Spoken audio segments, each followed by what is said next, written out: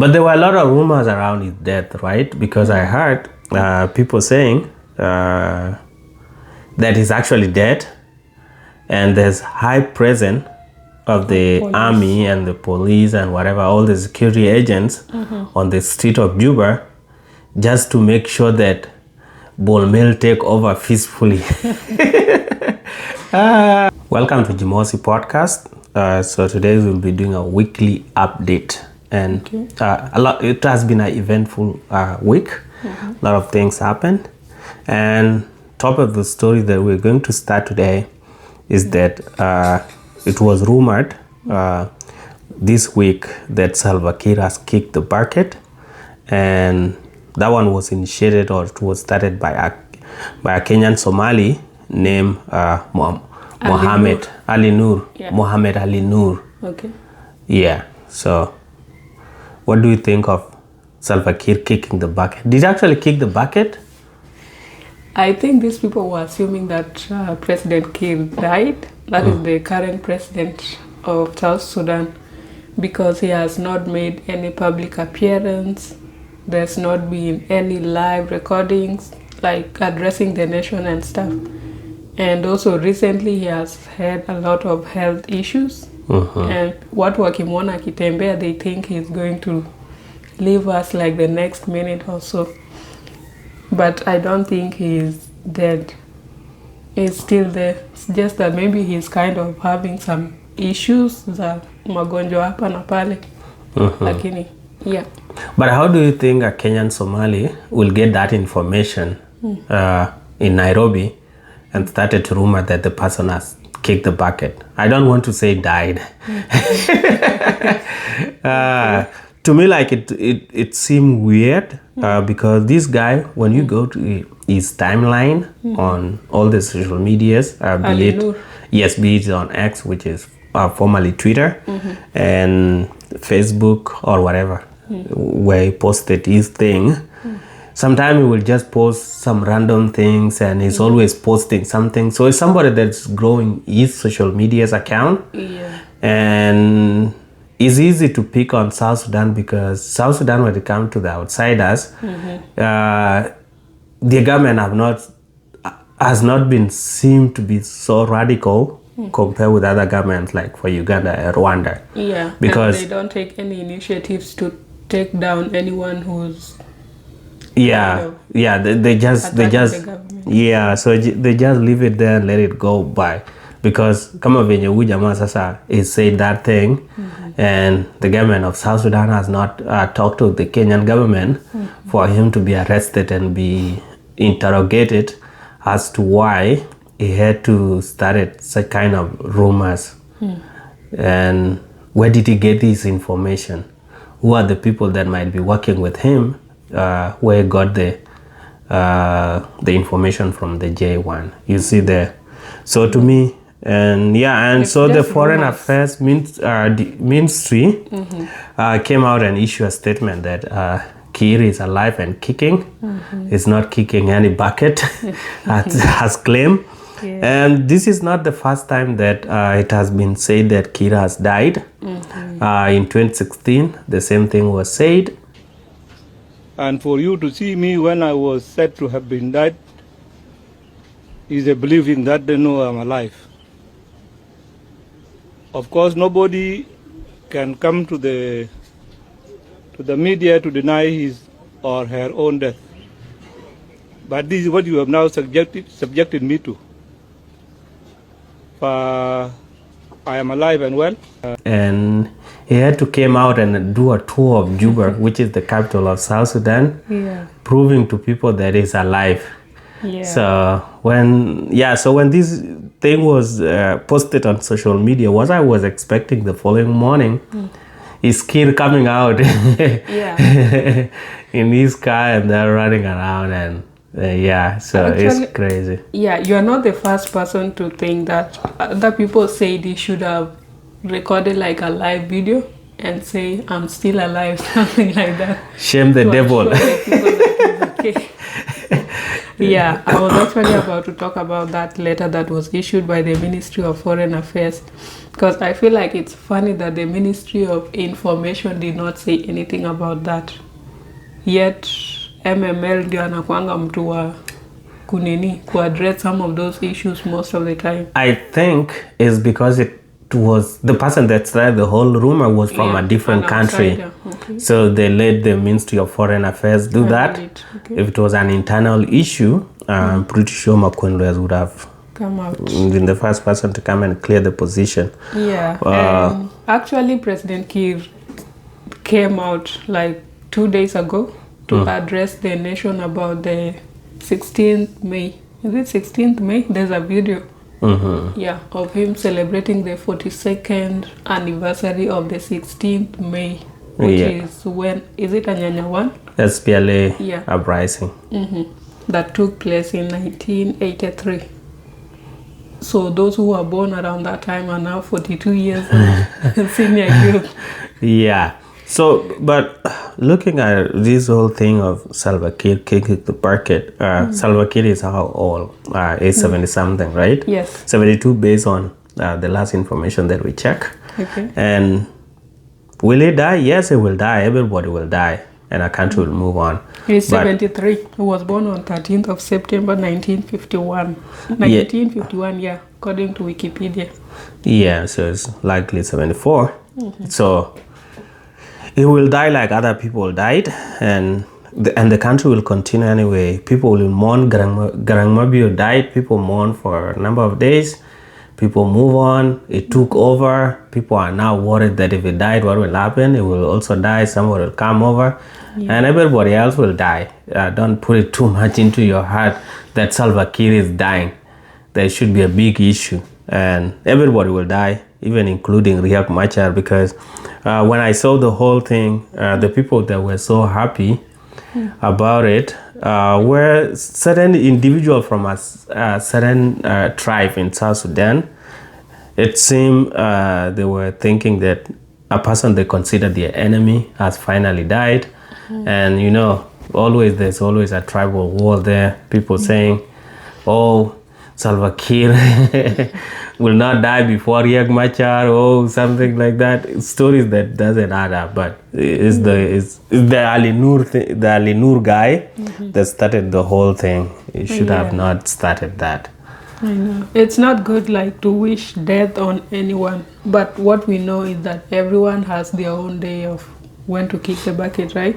And you are more certain of someone, let's say someone in their 70s compared to someone in their 30s maybe or 20s. You'd expect that the person in their 70s is more likely to die faster than to our 30s or 20s, right?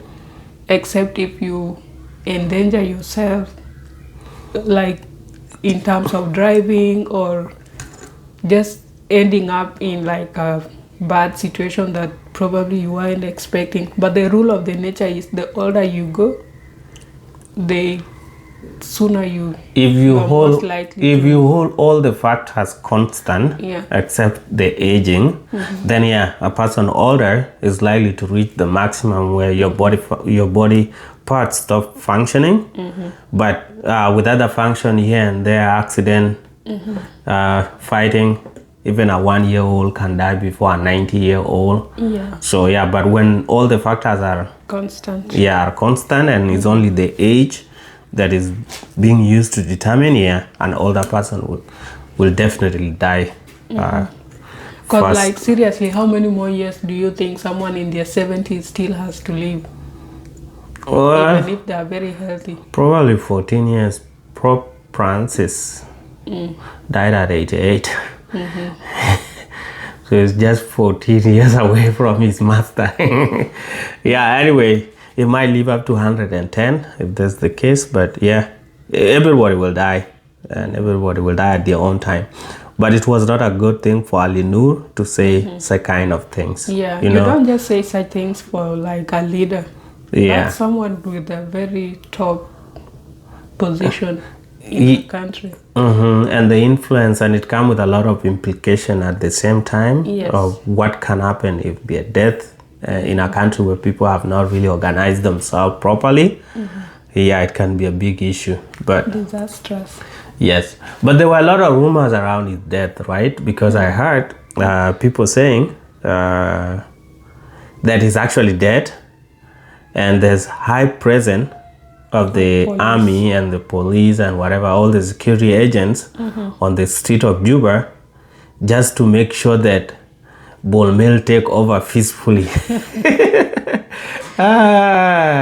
And we were running around. But other people came, and there are some individuals, man, sometimes I hear they have PhDs, sometimes I don't know why they don't reason. They went and posted their thing saying, oh, X and X, but that was a whole bullshit, because the thing is, the whole thing was rumored around date 14, and on date 16 is the May 16, the SPLA Revolution Day. You see there, and it's something that they always mark with celebration. And coming from African countries, where such kind of days are always mixed up as a days of making another revolution, they always make sure that there's heavy security present on the street, just to prevent another person from creating the same historic event for themselves in another years. Because somebody can say, I'll take over on the May 16th. You want to hijack May 16th. Yeah. So that's the reason why the heavy security were present there. Yeah. But with time, will that May 16 become less important? Yes. 30 years from now, I don't think it will. It will just still remain in the history. But it will remain, but it will not carry the it will not carry the kind of heaviness that it have right now. Like what it seemed like everything have to come to a standstill when that day is approaching. Security personnel has to be there, whatever. It will just be celebrated as any other day. National holiday. Yes, but it should not. People should not feel like somebody might hijack it and make another kind of. No, I don't feel like the kind of security presence at the J1 and around the capital, Juba, was mainly because of the 16th May, but because of the current happenings like the war in Ulang, Nasser, which has started spreading to other areas. So like they are trying to make sure that they don't need the kind of insecurity in the outskirts of Juba to come into Juba. I think that's why they kind of had that sort of security, but not because of 16th May. It is because of that, because if you talk of now, today being 17th, if you go to Juba, the kind of heaviness of security personnel on the ground on that day is not the same today. So if they are maintaining the same things even after May 16th, yes, what you say can hold some water. But other than that... Did you just rubbish my argument? No, your argument is valid, but I'm saying if there's still heavy presence of security personnel, yes, then it's because of those kind of fighting that are happening around the country. But if it has reduced, then definitely they were trying to celebrate the May 16th. And also, like, if you remember, most of these national holidays and also the Christmas Day, long time ago, people used to have like gunshots at night. Let's say when celebrating one. But then at some point, I think after 2013, they stopped that because some people would take that opportunity to knock out some of their enemies. You just aim the gun at someone and shoot them, and then you say, oh, it was accidental. I was celebrating 1-1. Kumbe, you had your own ulterior motives. So maybe that's why, to avoid people like making the first gunshots, you are replicating what happened in 1983. And then you end up killing some people. Your enemy. Hey, people have enemies in their head. And our second story is about Deng Goch. Deng Goch is a business person. He's a social media comedian. And he's a social media influencer. And a content creator. Content creator, that's the thing. So this guy, his wife gave birth the other time, their fourth born. And he gifted his wife a car. Push gift. Yes. And it's not, Deng Goch is not a pretty old guy. He's a young person. I might be older than him. Or maybe we are age mate. You are related. Maybe we are age mate. Yeah. And my age mates giving people cars is something. It's something weird. Africa, it's not weird. It's weird. It's you who is weird. Yeah, so he did that, man, and he has put a lot of pressure in so many marriages out here. Okay, is yours affected? He's not affected because unajua, Yeah. he's giving a gift mtoto wa nne on the fourth born. Okay. So was it meant to show that he dearly loved his wife?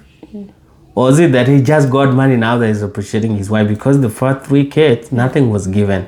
Labda alipeana tu vitu tudogo hapa na pale. Lakini the money did not measure up to a Subaru. Actually alipeana Subaru. Is it Subaru or Subaru? It's Subaru. Okay. And then tungekuwa tunaonyeshwa pia. And then also, as Msudi, I'm pretty sure they will not stop at the fourth born. So if standard are so high at the fourth born, kama fourth born like ndio mtu anapewa gari, fifth born, sixth born, what will he be giving the wife? Atapeana an estate. And then finally apeane private jet ama chopper. Najua anakuanga na bill pam air services like ni kama booking brokers za plane tickets. Yeah. Yeah. So the middleman for booking people flight ticket. Ndege is the goal. So do you think Deng Goch alifanya kitu ya maana? Kitu mzuri sana. Yeah. And other men should emulate him. Learn and do the same thing. Yeah. Yes.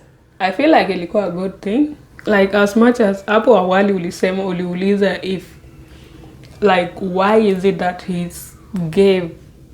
gifted the wife a push gift of a car with their fourth born. So like recently kuna nini, I think about a month or 2 ago there was a history about his life and stuff. So hapo walielezea how he started his business hadi kwenye amefika sahi. Personally I feel like he gift ili come as a measure of growth. Kenya may grow and now he can afford some things that he could not afford when they had their firstborn. I don't know, their firstborn maybe around 2019 hapo. So like at that time he didn't have the money or the kind of money he has at the moment. So that's why maybe the kind of gift he could afford then is less than a car. Right now he can afford a car, he goes for it, and I believe it's good. Yeah, so based on what you just said, that at the early stages of his first kids, it was still picking up himself, right? So that's why he could not give something big. So what we can take away from him gifting the wife is patient and waiting for the right time. Hard work. Yes. So now we are not like, women are not going to judge all the men based on gift that is being given when a fourth one is being delivered. You see, women have to give us time. Hata biashara zetu pia zigrow. Itafika hiyo time.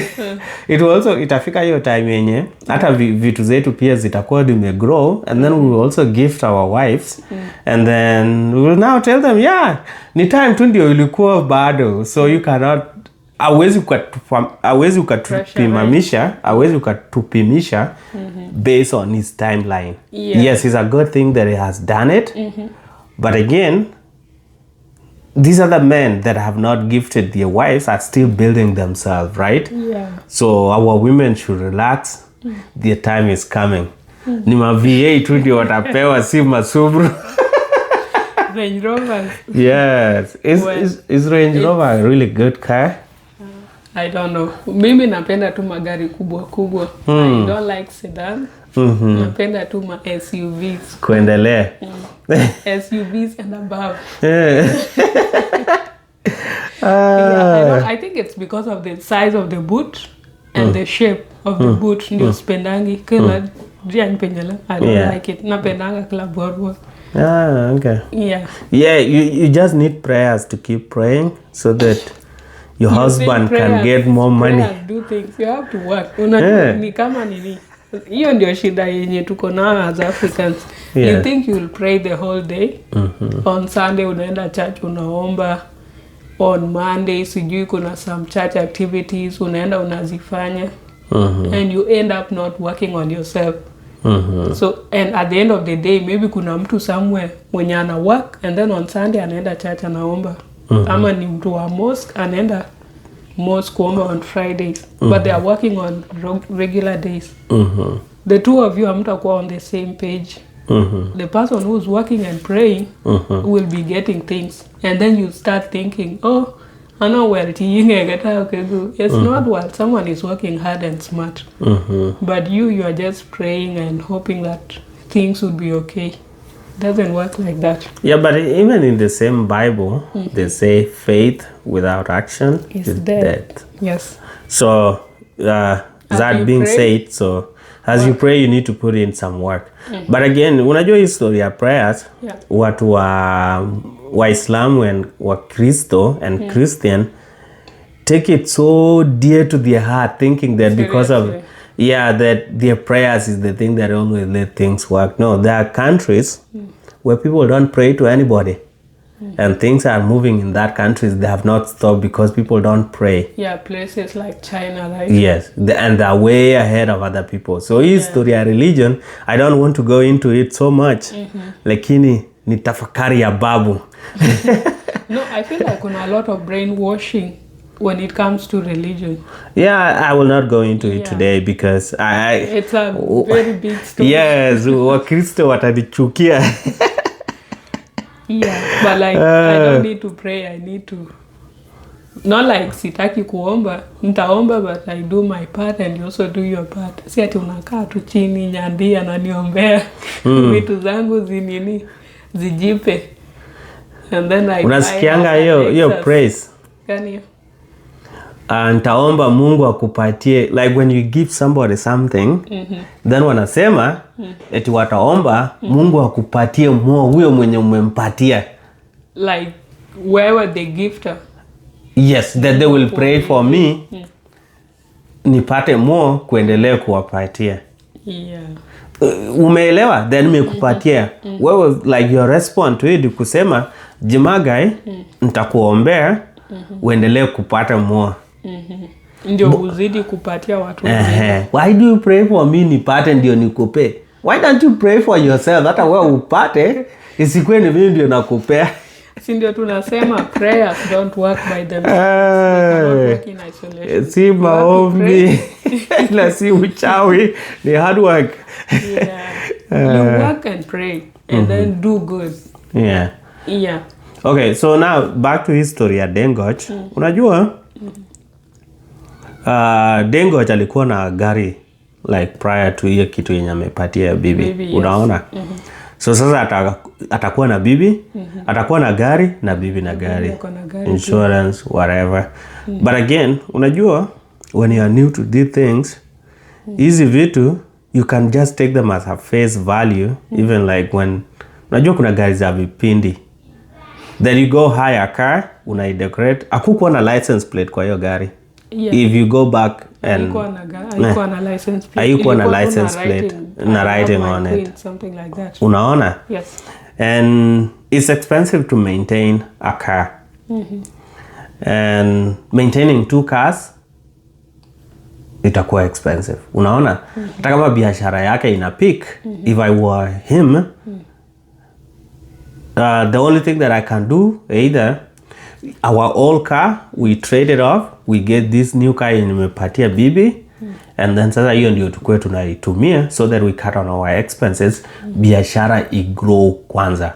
No, but unajua kwa hiyo video, like the longer version of what he was saying, on his page. Alisema alibaia bibi yake hiyo gari so that whenever she needs to go, let's say shopping, kuna function anafaa kuattend, or like dropping the kids off, their first maybe 2 kids ni school going age by now. At least wameanza nursery hivyo. So kurun those errands when it's away. Yes. Anaweza kuwa ametoka na gari ameenda kazini, right? Because he has to be at the office as much as he can work from home, I think.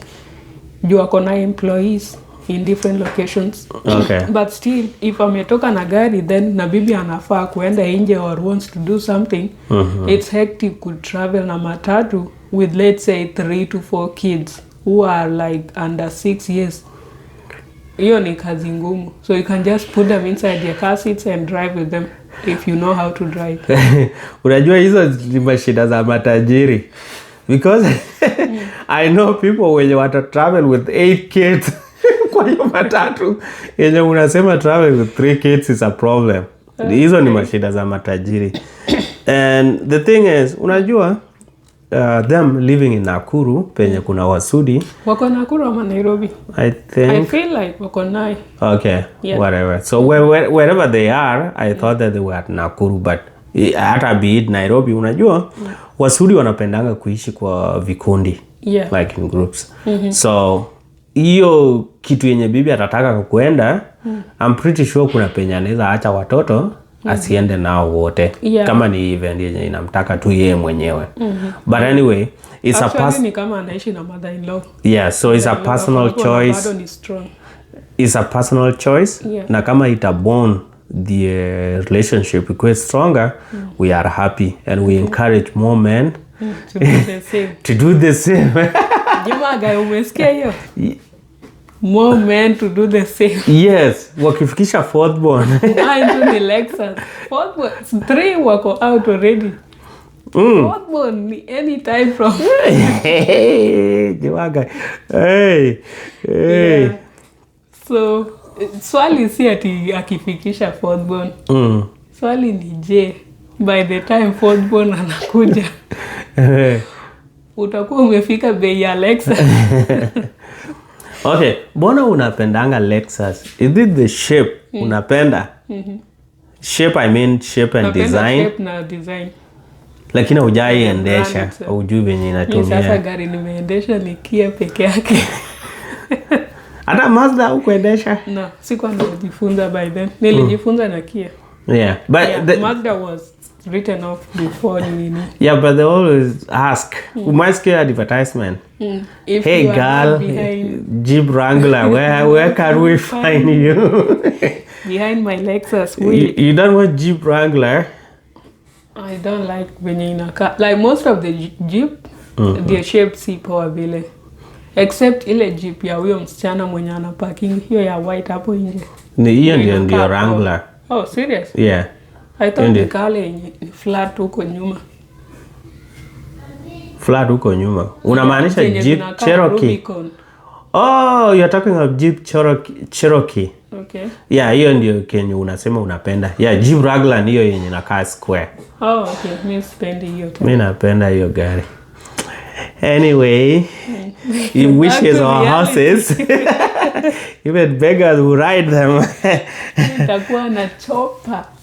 But mimi naomba and I work hard kukuwa successful kwa hii maisha. Hadi ifike ile time pesa si shida. Okay, just work hard, you don't need to pray. I'm working hard. Nimesema naomba at least nikuwe na long life and I continue working the way I'm working. Okay, so that you can gift me a car. Dada alisema lazima wanaume ndio wa gift yani. Jimaga hujai giftiwa aka ni venye tu kuweka kwa kipindi. Hata kama ni gari ya 1K. Gift taka. Anyway, our third story for today,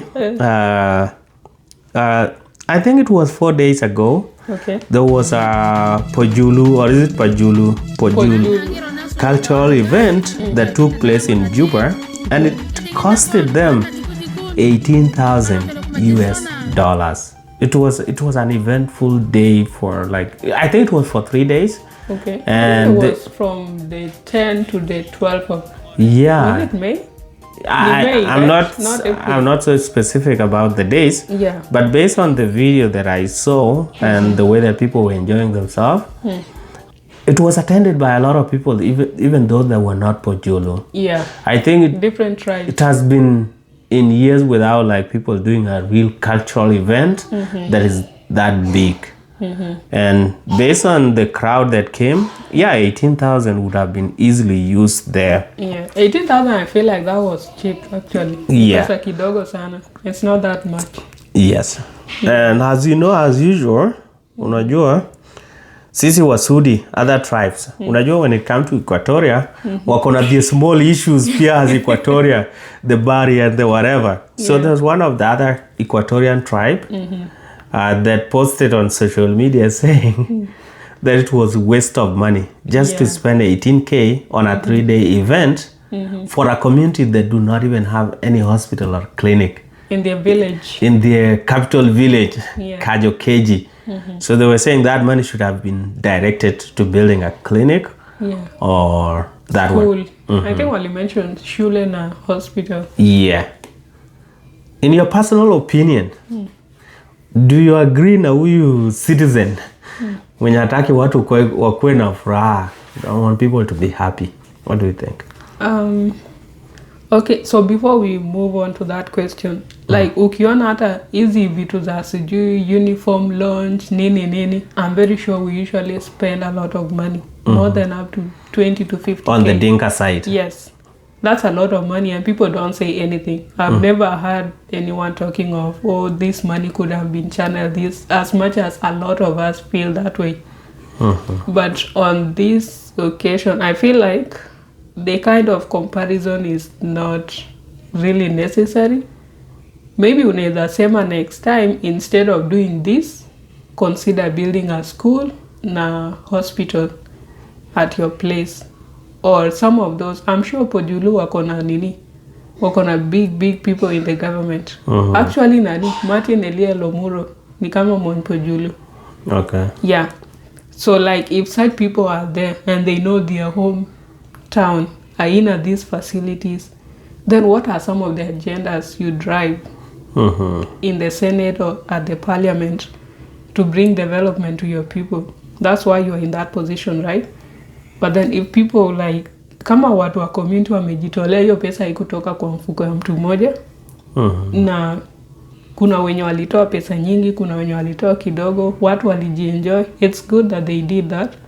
But then next time like they can do something else.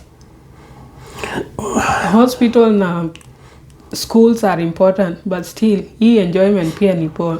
It's kind of promoting peace. As you can see, other tribes kind of join in, people had fun, it may trend on social media.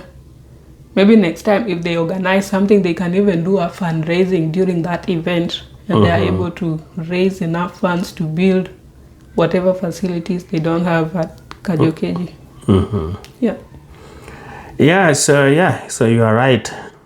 To me, unajua, there are some things that are meant for the government. Okay. Building of health facilities, roads, hospital, schools, and whatever. Those are the government agendas. They should not hold the committee liable or trying to hold them accountable for the 18K for not investing in some kind of facilities instead of an event. Okay. Is none of the government is government role or is government responsibility. It's not entirely government. Other private individuals can do that. You can build a school as a private facility and then unalipisha tu kidogo kidogo. Yes, so nakuja huko. So kuna hiyo kitu ya kwanza is a government responsibility. Kitu ya pili is it can be taken up by the private sector that an individuals and a bill make profit out of it and service the community.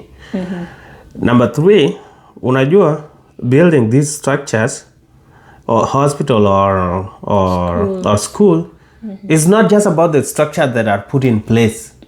Even running it, maintenance and running it for eternity, unajua, for the next 30 years. 18K years can build some rooms, maybe 2 to 3 rooms or even 1 room. True. But who's going to pay the employees? Who's going to buy the medicine? If it is teachers, who's going to pay the teachers? And cleaning too. And cleaning, maintenance, disposal of waste material. So unajua hii 18K, when you look into it carefully, you will understand that this is not enough money for such kind of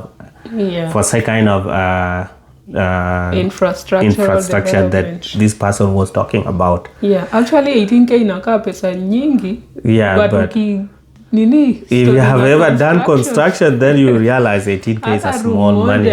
It cannot. Labda ujenge high school ikuwe tu only 4 rooms za mabati. Yeah. Top na chini. Yeah. But then hautakuwa na fence. You will need Kuna teachers. borehole, there's no toilet. Yeah, so when you have not done anything, you just see a small money figure mentioned, just say, this one should have done something. Try to do something yourself. Jenga hata choo peke yake. Yeah. And unajua kwa hii dunia, especially when doing this developmental project for communities, it's not just about the structure itself, lakini kuendelea after there. Yeah. Because munaweza jenga, you pay your employees for the first month, and then the second month, because hii ilikuwa contribution ya community, kila mtu ako na issue zake. Unaona? You will not contribute again kuenda kulipa wale employees. Yeah. What will happen? Our employees watatoka your place, just not sustainable, wakuje watafute pesa ingine, wakuje watafute another employment. Hiyo structure, lack of maintenance, inasaulika, inabomoka, inaenda hivyo. Money wasted. Yeah. So to me, I don't see the 18K to have been wasted. When I look at the whole event itself, hakuna event kubwa yenye imeleta watu hivyo, except ile ya 2011, ile time ya independence. Yes. Referendum. And because this one was advertised, a lot of people came from different communities. People attended. And because sometimes I used to hear people saying, Dinkas are the only people that are happy in this country. But people just saw that even other communities are happy. Yeah. And it's not like everybody that has anger in them. Some people are just happy. Hatuna a lot of recreational activities in South Sudan. Ni hizi tu vitu. Sisi Dinka kitu inafanya ni kama mko na a lot of things going on, ni juu kuna so many associations, sijui uniforms are this tribe, this group and this section. So hizo vitu like they keep people busy. And then hata kama you are not from that section of the Dinka, you attend them because you have nothing that you are doing at that time. So you might as well attend and go socialize with other people. So having such events is not that bad. It is good because unajua, nimeisikia the word Pojulu, lakini sikuwa najua like their cultural practices ni kitu inakaa aje, their dance wana dance aje. Are they that big community that they can even put an event together? You see, but now tumewajua. And I feel like they should try to put it in a way that hata next year ikwenge ni kitu yearly. And then other communities waeke zao pia. So that at least ikwe like kwa kila mwezi in a year, there are different cultural events happening for different tribes. To bring people together. To bring people together. About war. Yeah, and you appreciate other people's cultures, right? So unaona. Yeah. But when you don't practice your culture in open so that other people can see it, itakuwa inakaa ni hata kama hauna culture. Are they even there in the first place? Yeah, and also kuna kitu nilikuwa nataka kusema but I think I'll forget it. Like when it comes to hizi vitu za nini events and stuff, hapo ndio where you get to meet other people. Kuna some people you might not know they are from that tribe. You've met them somewhere. Saa zingine unaweza kuwa unajua mtu physically, lakini you don't even know their name. So it's not easy to tell like where this person is from. But when you attend such events, you are able to socialize with them and you get to know them deeply. Like aside from work, because most of the time you meet some people from work or the social gatherings and churches either. Yeah. So it was a good event, and for the person that complained, it's a good complaint, but I think you should redirect it to a different direction, because government is responsible for it. People that will see investing in Kajokeji or any other community village that see it profitable, they'll go and put it up there. Yeah. And then they will help community and then they will help themselves too. Oh, before, like, ile point yenye nilikuwa nasahau ni sometimes these things that are done as community projects kama investments are very easy to fail. Do you know why? Because hakunanga mtu mwenye understand as this is my thing. Mnaonanga tu ni kitu ya community. So no one, hakuna mtu anajitolea kui-maintain, kui-monitor and to see the progress to make sure it succeeds. Kila mtu akona their own competing priorities. But when you invest in something as an individual, you know that you have things at stake. This is your money. Should it go at a loss, ni wewe uta lose. If you make profit, then ni wewe utapata some gains. So having things like schools, I would advise if you were to invest in something, just invest as a family. Maybe wewe na bibi yako or you with your children. Those are the kinds of investment that usually progress. But easy vitu, even you with your siblings, kila mtu akona their own families. You have your own things that are going on in your life. So at some point kutakuja kuwa na some sort of conflict. Yeah. So, and unajua vitu za community, when you try to hold people accountable for whatever that they're doing, they will be telling you, isi ya mamako bwana. This is for a community. So why are you so committed to it when we have all contributed? Unaona, so inakujanga na maneno nyingi. So, regardless of the percentage of what you contributed, kila mtu ana feel like they have an equal share. As much as you all know, there's someone who contributed more compared to the other. But then you will not take ownership because people will think hii ni yetu sisi wote. Ati ile kitu yangu kidogo yenye nileta, if I didn't bring it, labda inge stand. So ni shida. And one of our other stories that we're going to look at is there's this young South Sudanese lady is from Dinka. She got married or wedded to 2 men within 2 years. And some individuals on social media were making noise about her sharp turn in the 2 marriages, saying it was too quick. And most of it, like some of it were coming from women too. Most actually. Saying that, I don't know, were they trying to mock her that she got married in 2 years or what? What do you think of? It's actually not 2 years. Me niliana nikaangalia and I saw that the first wedding was around June of 2022. And then the second wedding was recently around May 2025. It's 2 years. It's not 2 years. You just don't count. To 2025, that's like 3 years. But then like hiyo marriage ya kwanza ni kama ile last hadi towards the end of 2023. Whatever happened. Kila mtu alienda zake and she found someone else na aka move on. Like time is money. You cannot waste time ati juu ndo ya last year iku last sasa this year siezi oa hadi ni date sijui for the next 3 years. If you are going to date a person for up to 2 years, 3 years, then imagine unaonyeshwa dust, you have to take another 3 years to date the other person. Kwani utaolewa at how old? Lakini si nini ku heal kwanza, si eti unaoga kama umerudi kwa soko. Una heal sokoni. Una heal at the crime scene, hiyo ndio Kenyans wanasemanga. You kuoga na kurudi soko. It's really funny, but unajua hii dunia kila mtu akona terms zake za maisha yake. How they run their life has nothing to do with us. Huyu msichana kama marriage ya kwanza for some reason that are not known to anyone, aliacha hiyo marriage yake. She has a right to move on and get married. Kama amepata mtu anamoa, why should people complain? Wajua marriage haikwangi like a do or die. Ile yenye umesign. Sasa hii marriage, this is my only marriage. ikifail, si imefail like amuambatani sana, because there are so many factors when it comes to marriage, right? True. So if those factors don't align together, you move to the next one. Yeah. And she's even allowed, hata hii kitu isipo work vizuri, she's allowed to get married to another one. Hadi apate ule mwenye wataelewana. Yeah. Actually hata huyo jamaa wa kwanza, it's not like ni jamaa single. Ni kama ako na bibi mwingine pia. So like it's not like he's at a loss.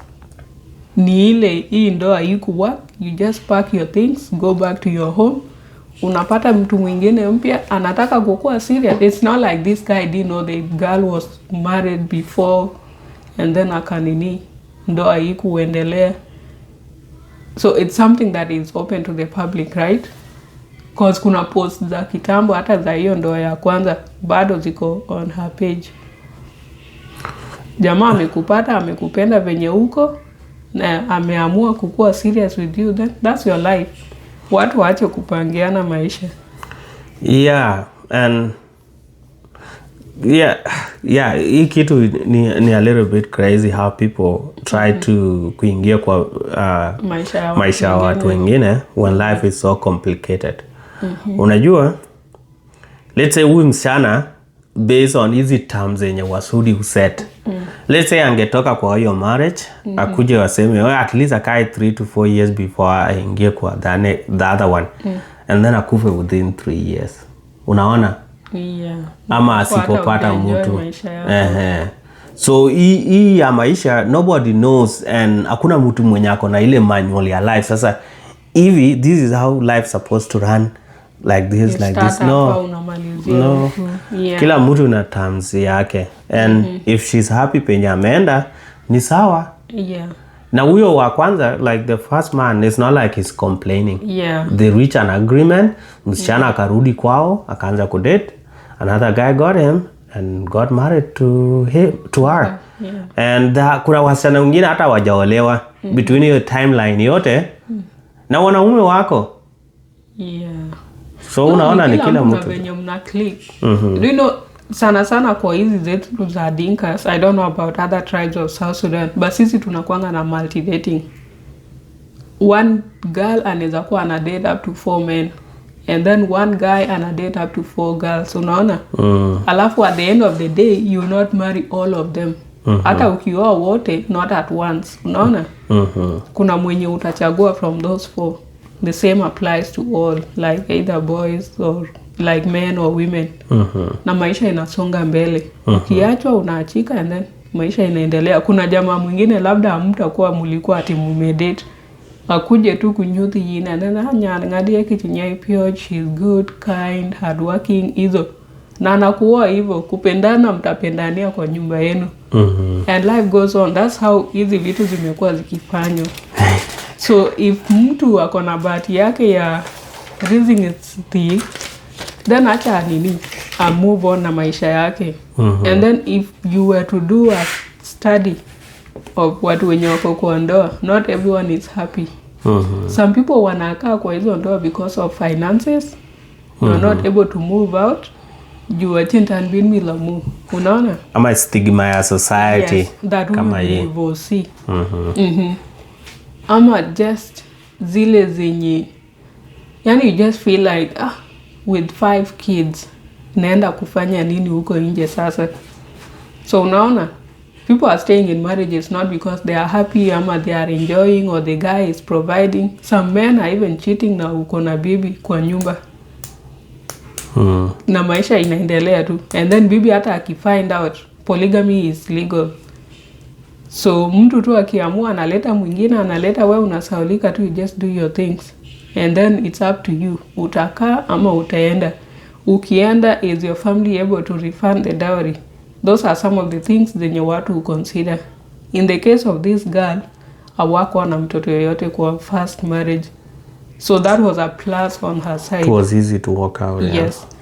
You just get your things and go. And lucky enough, if akona family supportive, then probably walirudisha dowry ya the first guy.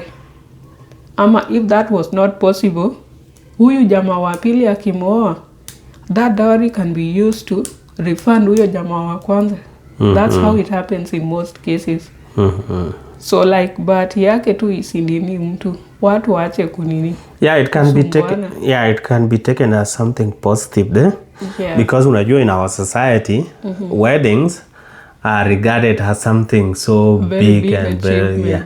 And she has made it twice, so she should be proud of herself. I feel like you hapo ndio kwenye nini a lot of bitterness ina stem from.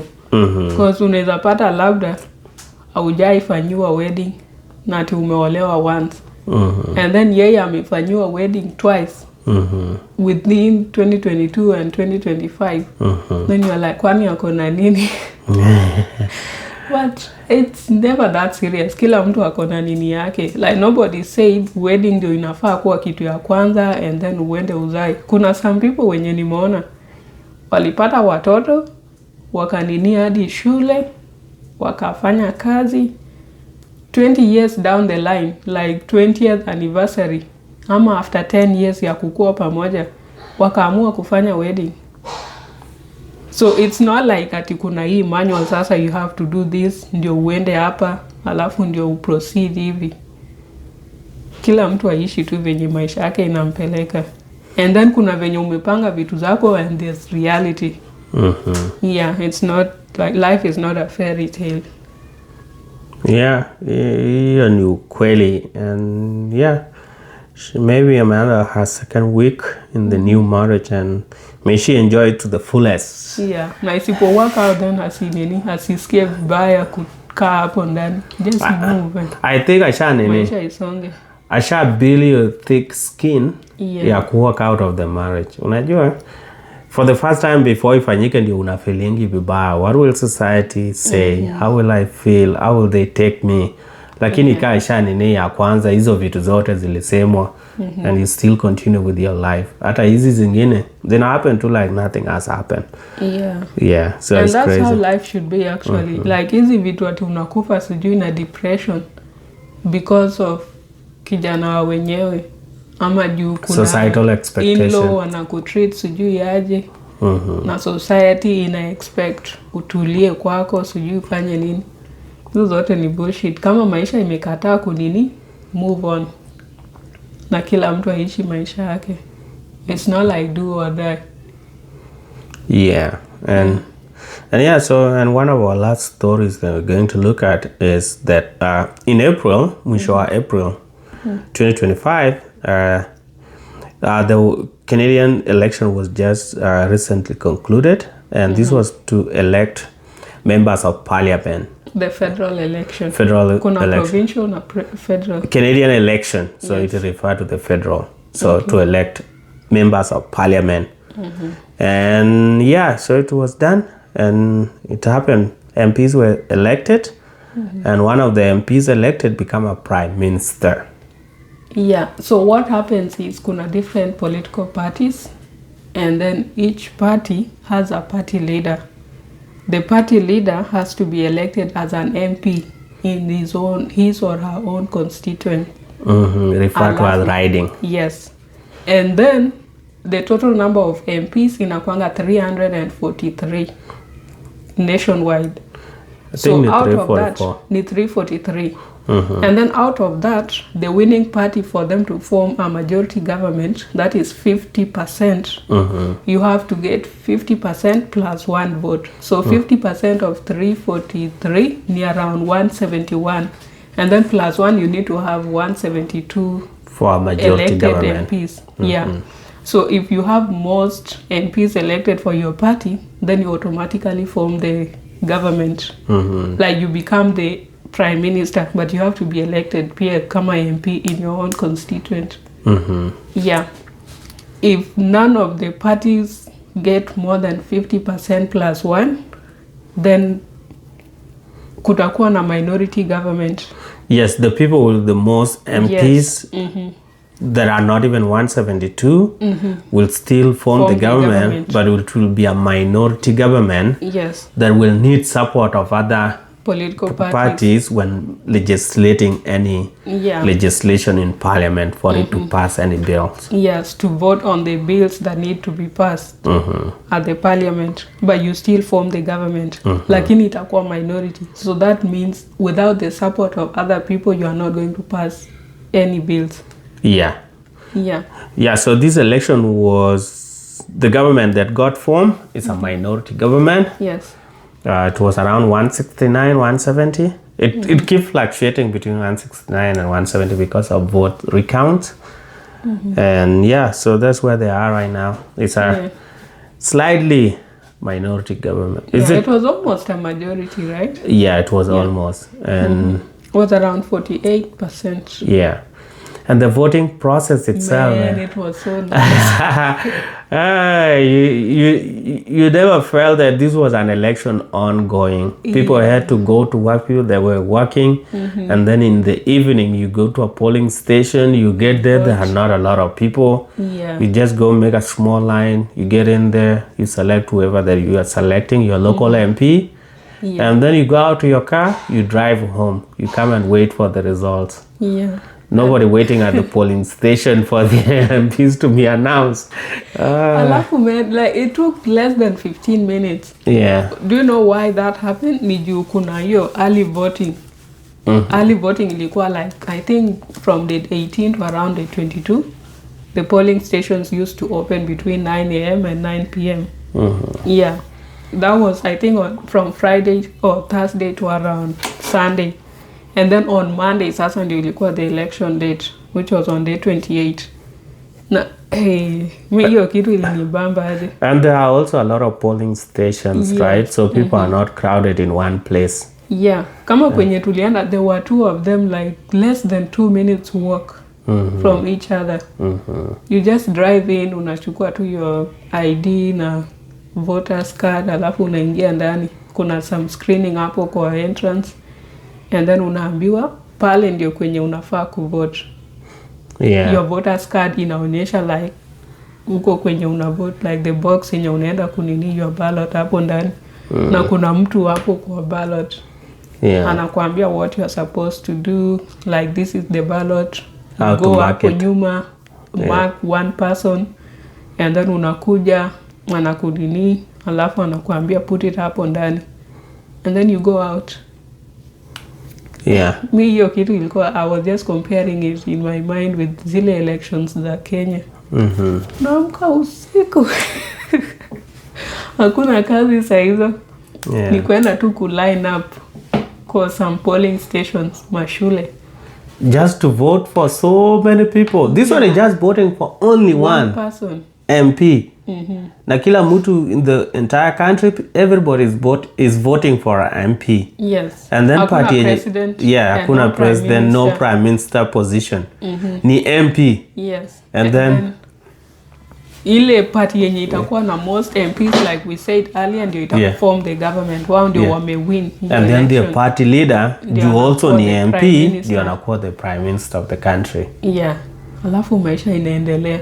Like nothing happened. Yeah. Like the fact that you can just work on the same day, siku ya elections.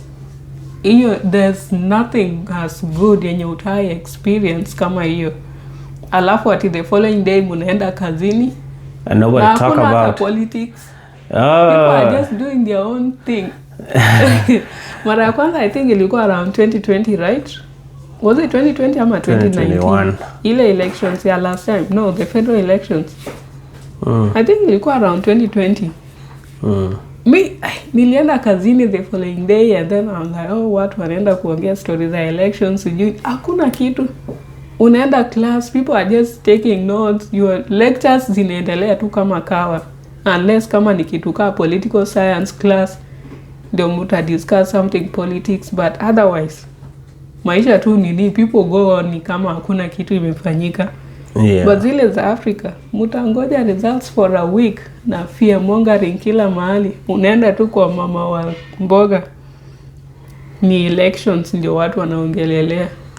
And people are afraid.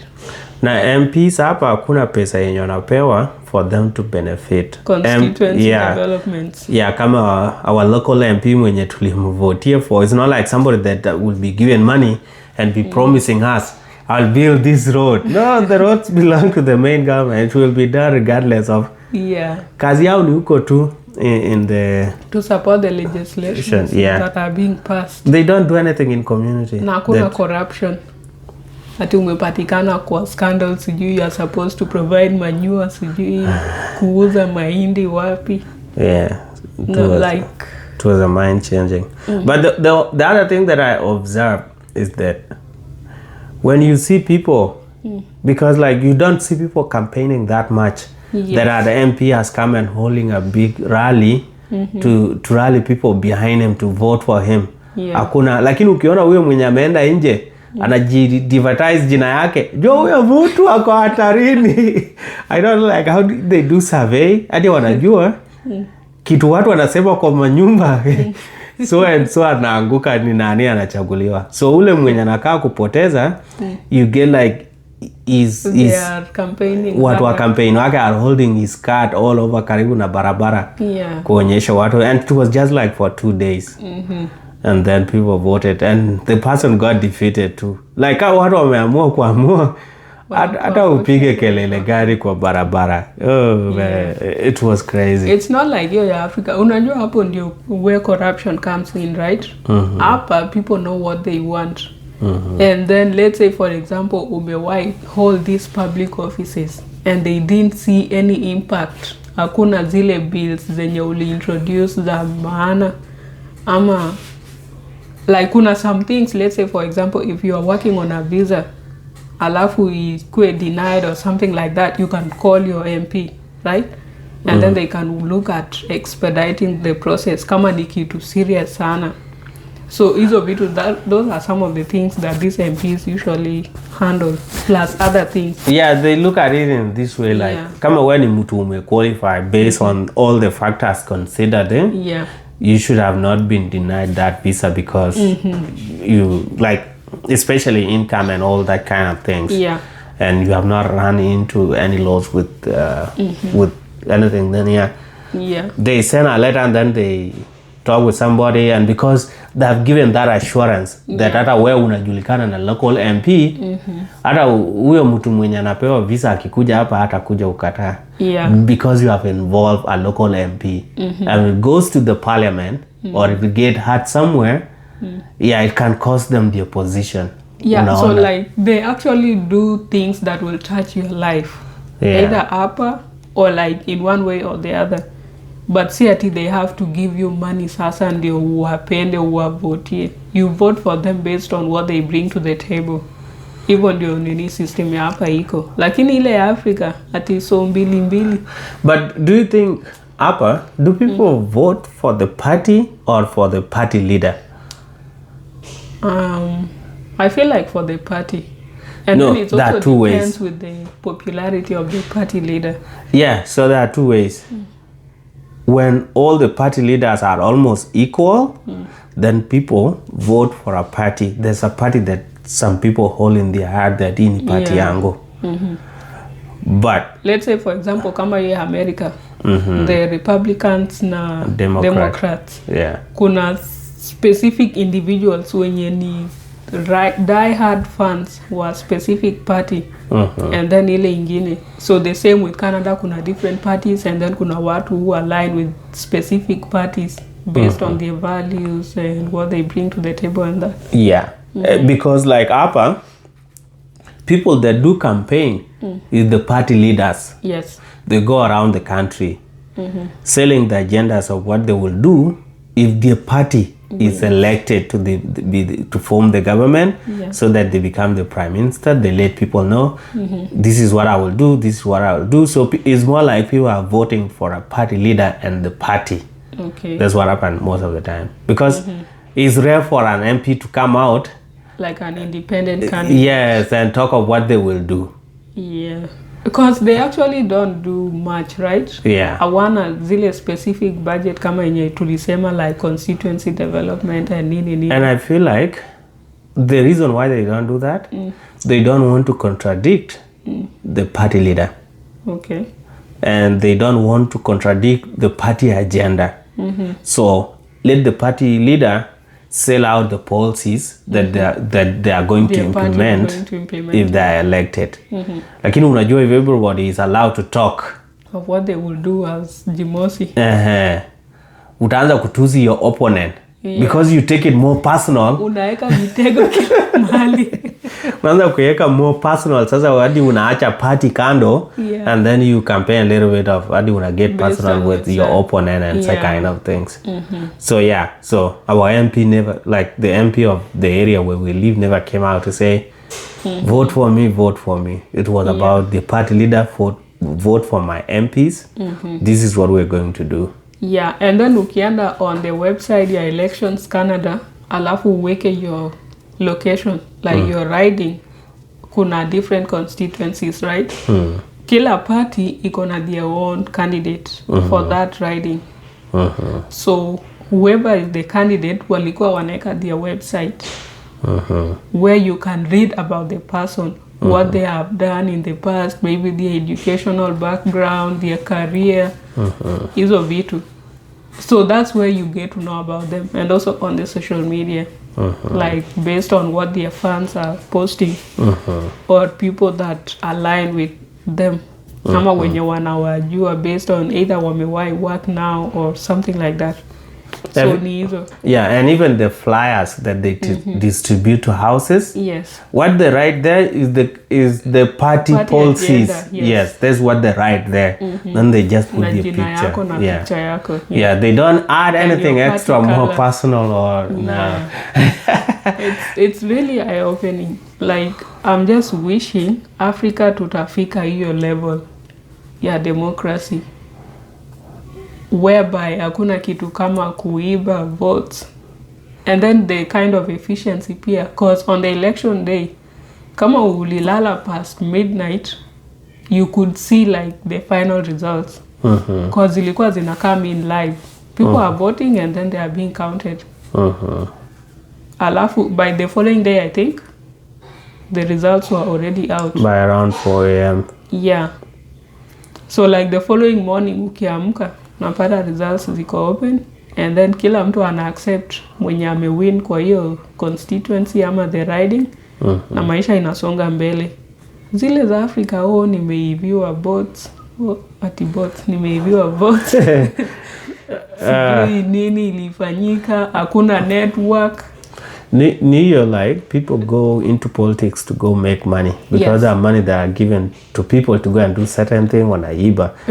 Yes, lakini hapa there's no money to go and make other than the regular salaries so unaona hapo, like you cannot waste your, and then everything is scrutinized, man. This is our open society. Auditing, so it will take time anyway before like hizi vitu zikipelekwa huko watu wataishi vizuri. Well, your country imekuwa na over 20 years. Over 40. Since 2005. Kujai kuwa na election. The only election that happened was when we were still a Sudan. With Sudan. No, there was one done in 2010. 2011. No, 2010. Election ama census? For a whole Sudan, when Omar Bashir was elected as the president, and then Salva Kiir as the president of the South. Okay, but let's look at the referendum. That's after like South Sudan itself, 14 years after referendum, no election, and still counting. Amekula hizo pesa for 20 years. It's not him and other people, and most of them don't want election to happen. Because tutawatoa. Otherwise, stories ya kudileisha kila kitu, sijui 2 years, 24 months extension, even though because this and this and these policies have not been implemented, like even those in opposition. Kama referendum ilifanywa and there were no policies implemented, it's not like hata kulikuwa na a lot of civic education, and people still decided like massive, I think it was more than 90% voting for separation. So if that could happen, then what is like general elections? Yeah. And then you don't even have to nini. Other people can just, kwani how many nini? How watu wa arts when you wanna printing posters and stuff. See, someone can just print hizo like ballot papers. Uneka sura ya mtu ama jina ya mtu na dia nini. Na ka box ya kumark if you are selecting that person in the elections. How much money will it take? And how many people are going to vote? It's less than 5 million. I wish it was so easy venye unaiweka. Unajua, like, if they were to be printed kiolela hivyo de, every local aspirant candidate ata print his own things. So they have to put some security feature in it. Yenye itakuwa inasema no, but this it's is not fake. as complicated as they are making it look. That's what I'm trying to say. Oh, okay. These people don't want to get out of that power because they know clearly if people are going to vote, majority of them are not going to make it in politics. And if they get out of government with all the enemies zenye wame create, their lives will be in danger. Na watafuatiliwa. That's why they are trying as much as possible to maintain power. Ukikufia hapo ndani, well and good. After umekufa, you don't feel anything. It's only your family that might suffer because of financial losses. Kwenye ulikuwa unaiba sasa, they will not have access to it, unaona? Yeah. But other than that, to lose power and you're their main fear. It's not like they really care about the people and how insecurity it affects elections or nini. Yeah, so that's it for our weekly update. Please consider subscribing to Jimosi podcast. Let's reach 100 subscribers. Hey, tumegrow haraka. Yes, the last time 100 I checked, we subscribers. were around 40 something and then kidogo 60s. Mi hata sikuiona at 50s. Yeah. Sahi we are at 72. I'm counting. All right. Thank you.